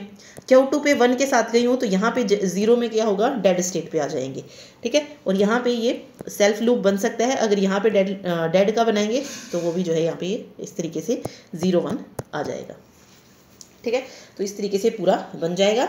वही फिर ट्रांजिशन टेबल आपको इसकी क्रिएट करनी है, क्या क्या चीज़ें लिया आपने, स्टेट कौन कौन से, Q1 Q0 Q1 Q2 और Q3, या फाइनल जो भी लेना है आपको वो ले सकते हैं, ओके। इसी तरीके से ये तो 101 में है, इसी तरीके से वैसे अल्फ़ाबेट्स में भी आ सकते हैं, जैसे स्टार्ट विद ABB दे दिया आपको, ठीक है। तो कैसे होंगे ABB की, ABB A हो गया, ठीक है, ABBB हो गया, इस तरीके मतलब किसी भी तरीके से बन सकते हैं। हमें मेन फोकस जो सबसे छोटी होगी, जो स्टार्ट हो रही है जिससे, वो चीज़ उसका जो DFA ना वो कंस्ट्रक्ट करना है हमें, स्मॉलेस्ट स्ट्रिंग का, ठीक। नॉन डिटर्मिनिस्टिक में क्या होता है, इसमें हम जो है 2 इनपुट पे जा सकते हैं, मोर देन 1 इनपुट पे हम काम कर सकते हैं, ठीक है, मोर देन 1 इनपुट पे हम काम कर सकते हैं। इसमें साथ में एप्सिलॉन भी मूव जो है वो अलाउड होता है, ठीक। तो वही 5 टप्पल इसमें होते हैं, सेम वही है सारी चीज़ें, लेकिन इसमें हम एक ही स्टेट से जो है 2 इनपुट पे काम कर सकते हैं, उसमें सिर्फ एक इनपुट पे मूव कर सकते थे, सिर्फ ये इसमें दोनों में डिफरेंस है, ठीक। उसके बाद इनका डिफरेंस पूछा जाएगा, तो डिफरेंस में ये ऐड कर दीजिएगा कि DFA stands for deterministic, NFA non determinist, DFA can not use empty string transition, NFA use करता है एम्प्टी स्ट्रिंग को, जो हम एप्सिलॉन की बात कर रहे थे। DFA can be understood as 1 machine और NFA can be understood as multiple little machine, यानी कि छोटी छोटी जो होती है वो क्या होती है, मल्टीपल मशीन्स होती हैं। DFA को कंस्ट्रक्ट करना डिफिकल्ट होता है, और NFA देखिए ऑब्वियस है, जब हम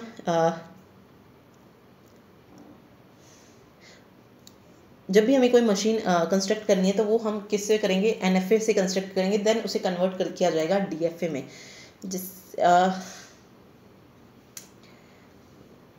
तो ये मैंने आपको बता ही दिया कि NFA में क्या होगा कि एक ही इनपुट पे अलग अलग काम हो सकते हैं, ठीक है, और DFA में क्या होगा, एक इनपुट से एक ही काम हो सकता है। जैसे एक एग्जाम्पल आप ले सकते हैं ना, रियल लाइफ में क्या एग्जाम्पल ले, टीवी का एग्जाम्पल ले लीजिए, मान लीजिए, ठीक है, जो टीवी हमने लगाया है जिस स्विच में, उससे हम उसका जो काम होगा वो ऑन ऑफ का ही होगा, या तो वो ऑन होगा या तो वो ऑफ होगा। तो वो किस स्टेट में है, डिटर्मिनिस्टिक फाइनाइट स्टेट में है।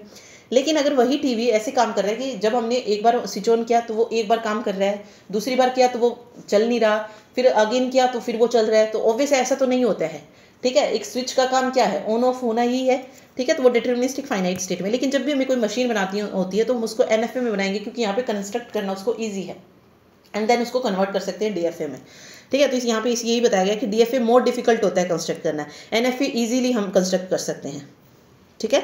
यहाँ पे टाइम जो नीड होता है executing N input string is less, यहाँ पे मोर होता है। जितने भी DFA होते हैं वो सारे के सारे NFA होते हैं, बिल्कुल अभी यही तो बता रही थी मैं, ठीक है। जितने भी DFA होंगे वो सारे के सारे क्या रहेंगे, NFA होंगे, बट सारे के सारे जो NFA होते हैं वो DFA नहीं होते, ठीक है। तो ये सारे डिफरेंस याद रखने हैं। ये थ्योरी में 2 नंबर में क्वेश्चन पूछा जा सकता है। ये बाकी मैंने कंस्ट्रक्ट करना बता दिया, ये डेफिनेशन बता दी है। तो यहाँ से हमारा जो टॉपिक है ऑटोमेटा वाला, फाइनाइट और डीएफए और एनएफए ये कंप्लीट हो जाता है। मिले और मुरे इसमें नहीं दिया है, ठीक है, तो वो नहीं पढ़ेंगे। इसमें सिर्फ इतना ही था, डीएफए और एनएफए को बताया गया था। उसके बाद आता है रेगुलर एक्सप्रेशन और लैंग्वेजेस क्या होता है। तो सेकंड टॉपिक हम इसमें पढ़ रहे हैं, रेगुलर एक्सप्रेशन एंड लैंग्वेजेस। चलिए नेक्स्ट हम जो रेगुलर एक्सप्रेशन पढ़ रहे हैं, तो रेगुलर एक्सप्रेशन क्या है। अभी हमने फाइनाइट ऑटोमेटा पढ़ा है, ठीक है। तो फाइनाइट ऑटोमेटा जिस भी लैंग्वेज को एक्सेप्ट करता है उसको क्या बोलते हैं, रेगुलर लैंग्वेज, ठीक है, रेगुलर लैंग्वेज। और उसी को हम जब डिस्क्राइब करते हैं तो उसको हम क्या बोल देते हैं, रेगुलर एक्सप्रेशन जो है बोलते हैं, ठीक है। तो किसी भी लैंग्वेज को अगर हमें प्रेजेंट करना है तो उसको दिखाने का सबसे बेस्ट तरीका क्या है, रेगुलर एक्सप्रेशन है, ठीक। तो क्या कह सकते हैं कि रेगुलर एक्सप्रेशन का जो यूज़ है वो रेगुलर लैंग्वेज को, रेगुलर लैंग्वेज कहाँ पे यूज़ हो रही थी, अभी हमने फाइनाइट ऑटोमेट पढ़ा था तो वहाँ पर रेगुलर लैंग्वेज थी, ठीक है, उसको दिखाने के लिए जो है यूज़ किया जाता है, ठीक है, प्रेजेंट करने के लिए, डिनोट करने के लिए किया जाता है, ठीक। तो पैटर्न रिकॉग्निशन के लिए यूज़ करते हैं फाइनाइट ऑटोमेटा, ये हमने ऊपर पढ़ा था। तो इसमें देखिए क्या है, regular expression are short hand notation to describe a language. They are used in many programming languages and languages to like LX, VI editor, etc. They are used as powerful tools in search engine. Regular expression are useful for representing certain set of strings in an algebraic fashion. RE describe the language accepted by finite state automata. तो ये इसकी definition में इसमें आपको लिखना है। तो इसकी डेफिनेशन आती है, ठीक है। इसमें इस तरीके से जो है रेगुलर एक्सप्रेशन जो है ये होता है, फाई हो गया, एप्सिलॉन हो गया, ए हो गया, इनपुट सिंबल हो गया, these are called primitive regular expression. If R1 and R2 are regular expressions, so R1 plus R2, R1, R2, R1 clean closure and R1, ठीक है। तो इस तरीके से जो है ये रेगुलर एक्सप्रेशन है तो हम ऐसा जो है इसको लिख सकते हैं, ठीक है। A string is a regular expression if and only if it can be derived from the primitive regular expression by a finite number of rules. Second, तो ये डेफिनेशन इसकी दी गई है, क्या क्या लैंग्वेज इसके द्वारा एक्सेप्ट की जाती है, तो ये भी याद रखना है रेगुलर एक्सप्रेशन में। जैसे फाई है, फाई रेगुलर लैंग्वेज के लिए जो एक्सप्रेशन बनेगा वो क्या बनेगा, फाई ही बन जाएगा, एम्प्टी है तो एम्प्टी ही रहेगा। तो फाई एक रेगुलर लैंग्वेज है, इसके का जो रेगुलर एक्सप्रेशन होगा उसको हम इस तरीके से शो करेंगे। अब एप्सिलॉन है, एक इस एप्सिलॉन रेगुलर लैंग्वेज के लिए रेगुलर एक्सप्रेशन है, ठीक है। रेगुलर लैंग्वेज के लिए एप्सिलॉन क्या हो जाएगा, रेगुलर एक्सप्रेशन हो जाएगा। इसी तरीके से ए जो है इनपुट सिंबल यहाँ पे दिखाया गया है, अल्फ़ाबेट को ये जो है प्रेजेंट करता है, तो ये भी रेगुलर लैंग्वेज के लिए क्या हो जाएगा, इसका रेगुलर एक्सप्रेशन हो जाएगा। ए जो हम ये शो कर रहे हैं, फाई हम शो कर रहे हैं तो ये रेगुलर एक्सप्रेशन है, एप्सिलॉन शो कर रहे हैं तो ये उस लैंग्वेज के लिए क्या है, एक्सप्रेशन है,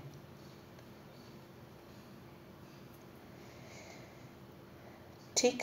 तो कुछ इसमें जो है और भी चीज़ें इसमें दी गई हैं, बस इतना नहीं पढ़ना है, बस यहाँ तक ये 3 पॉइंट्स जो हैं आप याद रखिएगा एंड देन ये डेफिनेशन इसमें याद रखनी है। तो बस ये इसमें याद रखिए, इतना ही रेगुलर एक्सप्रेशन में। इसके बाद जो पढ़ना है वो पढ़ने हैं लॉ जो है रेगुलर एक्सप्रेशन के लिए जो यूज़ होते हैं वो लॉ, ठीक है। तो अगर आपका रेगुलर एक्सप्रेशन को एक्सप्लेन करना आता है तो उसकी डेफिनेशन लिखिए एंड इन लॉ को आप लिख के आना। Commutative law for union, associative law है, एसोसिएटिव लॉ फॉर कंकैटिनेशन है, डिस्ट्रीब्यूटिव लॉ है, आइडेंटिटी फॉर यूनियन कंकैटिनेशन है, एनीलेटर फॉर यूनियन एंड कंकैटिनेशन है, और साथ में आइडेम्पोटेंट है, ठीक है। 2 से 4 जो है सारे याद कर लीजिएगा इसमें से, ठीक है। अगर डिटेल में पूछे जाते हैं तो वो लिख सकते हैं इसमें। Commutative law for union, says that we take the union of 2 languages. यहाँ पे हम 2 लैंग्वेजेस का क्या लेते हैं, यूनियन लेते हैं। R1 + 2 R2 = R2 + R1, ठीक है। कम्यूटेटिव यही होता है ना, A + B = होता है B + A के, तो वही इसमें करके दिखाया गया है। सेम एसोसिएटिव लॉ में है, इस तरीके से होता है। कंकैटिनेशन के साथ कर रहे हैं तो R1 R2 R3 ऐसे रहेगा। ये यूनियन के लिए था, ये कंकैटिनेशन के लिए है। डिस्ट्रीब्यूटिव लॉ में हमने पढ़ा ना कि A B + C होता है, A B प्लस सी ए, तो वही इसमें है। देन ये आपको बस याद रखने हैं ये, ठीक है। चलिए बस इतना ही याद रखिएगा रेगुलर एक्सप्रेशन में। उसके बाद जो टॉपिक बनता है वो कंटेक्स्ट फ्री ग्रामर का है, वो देख लेते हैं एक बार। तो ग्रामर में अगर आप देखेंगे तो वही डेफिनेशन जो मैंने आपको बताई थी, ग्रामर में VTPS 4 सिंबल हम लेते हैं जिसको किस तरीके से डिनोट किया जाता है वो बताया गया है। अलग अलग तरीके की ग्रामर होती है, जैसे रेगुलर ग्रामर होती है। A grammar G is said to be regular grammar if the production are in either, या तो राइट लीनियर ग्रामर हो या लेफ्ट लीनियर, ठीक है। या तो राइट लीनियर होने चाहिए या लेफ्ट लीनियर होने चाहिए, तभी उसको क्या बोलेंगे, रेगुलर ग्रामर बोलेंगे। तो इसमें दो तरीके होते हैं, राइट लीनियर ग्रामर और left linear grammar. A grammar G is set to be right linear if all the production are of the form, अगर इस फॉर्म में होंगे राइट साइड पे, ठीक है, तो वो क्या होंगे, राइट होंगे। और लेफ्ट क्या होगा, लेफ्ट लीनियर ग्रामर जो हमने वो टर्मिनल नॉन टर्मिनल में पढ़ा था ना, ये वाली चीज़ आपको देखनी है। इसमें अगर आप देखेंगे तो यहाँ पे राइट साइड पे जो है टर्मिनल सिंबल है, ठीक है, राइट साइड पे नॉन टर्मिनल, ठीक है, कंफ्यूज कर देता है टर्मिनल नॉन टर्मिनल। तो जो भी अपर केस लेटर होता है वो नॉन टर्मिनल में होता है। तो यहाँ पे देखना है, यहाँ पे क्या है, नॉन टर्मिनल सिंबल है, तो ऑब्वियसली ये राइट में हो जाएगा, ठीक है। यहाँ पे अगर आप देखेंगे तो यहाँ पे लेफ्ट में है, तो ये लेफ्ट लीनियर ग्रामर हो जाएगा। तो बस ये बताया गया है। अगर आपसे रेगुलर ग्रामर की डेफिनेशन पूछी जाए, ये आप एक्सप्लेन कर सकते हैं उसमें, ठीक है। फिर कंटेक्स्ट फ्री ग्रामर भी आती है इसी तरीके से, इसमें भी वही है VTPS, मैंने आपको पहले ही बोला था, ये चारों याद रख रहे हैं, ये ही जो है बार बार यूज़ होंगे। V क्या है, फाइनाइट सेट ऑफ वेरिएबल है जिसे नॉन टर्मिनल बोला जाता है। T टर्मिनल हो जाएंगे, P प्रोडक्शन रूल हो जाएगा, S वही स्टार्ट ऑफ नॉन टर्मिनल हो जाएगा, ठीक है। साथ में ये याद रख लेना है, context free grammar consist of A set of production of the form A tends to alpha, where A is a single non-terminal symbol and alpha is a potentially mixed sequence of terminal and non-terminal symbols, ठीक है। Alpha क्या होता है, sequence होती है terminal और non terminal की, लेकिन जो ए ले रहे हैं हम वो क्या है, सिर्फ और सिर्फ नॉन टर्मिनल सिंबल है। तो एक एग्जांपल लेके जो है दिखाया गया है इसमें,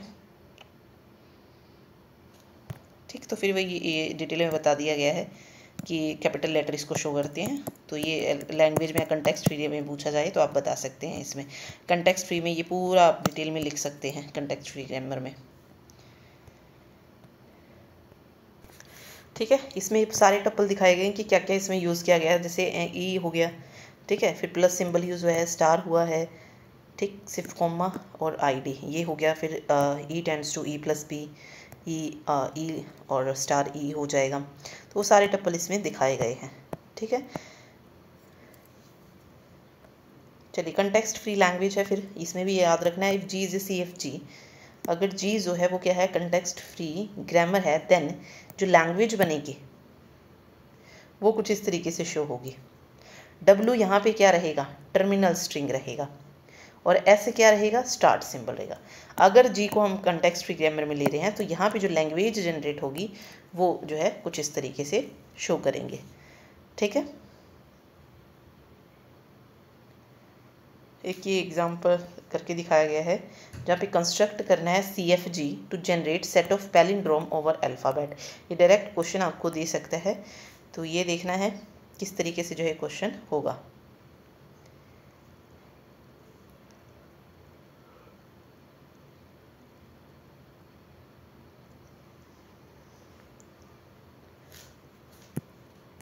ओके, पैलिंड्रोम में क्या होता है, आगे और पीछे से सेम आना चाहिए। जैसे मैंने लिखा AB, ठीक है, एक मिनट, अगर मैं सिंपल लिख रही हूँ AA तो इसको मैं पैलिंड्रोम बोल सकती हूँ, लेकिन यही चीज़ मैंने लिखी AB, ठीक है। ये पैलिंड्रोम क्यों नहीं है, क्योंकि यहाँ पे अब जब इस डायरेक्शन से जाएंगे तो इसको हम कैसे रीड करेंगे, AB, लेकिन जब इस पीछे वाली डायरेक्शन से आएंगे तो हम इसको BA रीड करेंगे। लेकिन इसमें हम आगे से रीड करें पीछे से रीड करें, AA ही जो है इसको बोला जाएगा, ठीक है।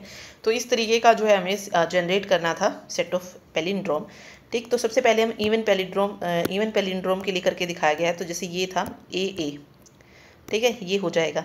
अगला ये है ABBA, इसको किसी भी डायरेक्शन में पढ़ो यही पढ़ा जाएगा, ABBA। तो यहाँ से क्या कंस्ट्रक्ट होके आ जाएगा, ABBA जो है कंस्ट्रक्ट इवन पैलिंड्रोम में आ जाएगा। ओड में अगर आप देखेंगे तो AA है, फिर ABBA है, फिर और क्या जो है यहाँ पे हम इस सिंबल के पास जोड़ सकते हैं, ABA, ठीक है। तो ये ओड में जनरेट होके आएगी। तो ये ऐसे लॉजिक से काम करना पड़ेगा थोड़ा, देन ये जो है ओड से जनरेट होके हमें मिल जाएगी ओड पैलिंड्रोम। ठीक है, तो इस तरीके से क्वेश्चन हो जाएगा। लास्ट जो टॉपिक इसमें बचता है वो है रिकर्सिव और रिकर्सिव एन्यूमरेबल लैंग्वेज। ठीक है, तो ये 2 टॉपिक और है, ये पूछे जा सकते हैं 2 मार्क्स में, तो ये आप कर सकते हैं। ओके, तो इसमें देखो अगर हम वैसा जाएंगे मैथमेटिकल पार्ट बहुत ज़्यादा हो जाएगा और अभी हमारे पास इतना टाइम भी नहीं है कि हम उस चीज़ को याद रख पाएँ।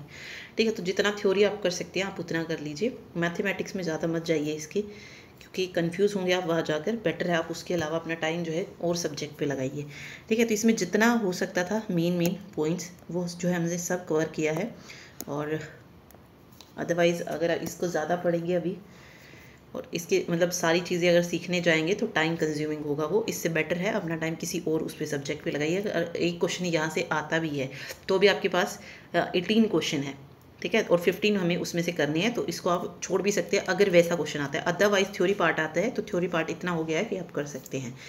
ठीक है, तो ये दोनों डेफिनेशन आपको इसमें लिखनी है। रिकर्सिव लैंग्वेज जो कि सबसेट होती है RE का, रिकर्सिव एन्यूमरेबल का, can be decided by Turing machine, which means it will enter into final state और the string of language and rejecting state for the string which are not part of the language. REC language are also called as Turing decidable language. कोई भी language कब recursive होती है? Recursive means decidable बोल सकते हैं आप इसको।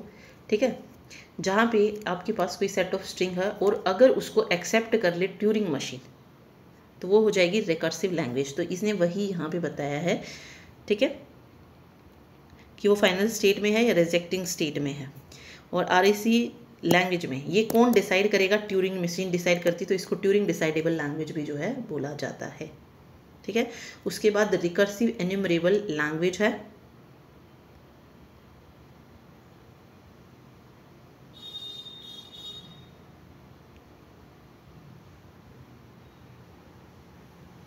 ठीक है।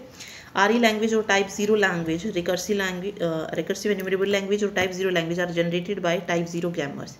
दोनों ही टाइप 0 ग्रामर के द्वारा जो है जनरेट होती है। And RE language can be accepted और recognized by Turing machine, which means it will enter into final state for the string of language and may और मे नॉट बी एंटर। तो ये ट्यूरिंग मशीन से related होती हैं। तो it means TM can loop forever for the string which are not a part of the language. RE language are also called as Turing recognisable. ये decidable language होती है और ये recognisable language होती है। ठीक है, तो बाहर आप देखेंगे तो ये रिकर्सिव एन्यूमरेबल है और अंदर की तरफ देखेंगे तो REC है, यानी कि रिकर्सिव लैंग्वेज है। ठीक, तो ये बस डेफिनेशन इसमें याद रखिएगा इसकी, और जो भी मेन था मैंने आपको सब जो है करवा दिया है, इतना जो है आप कर लीजिए, इनफ है। Thank you so much.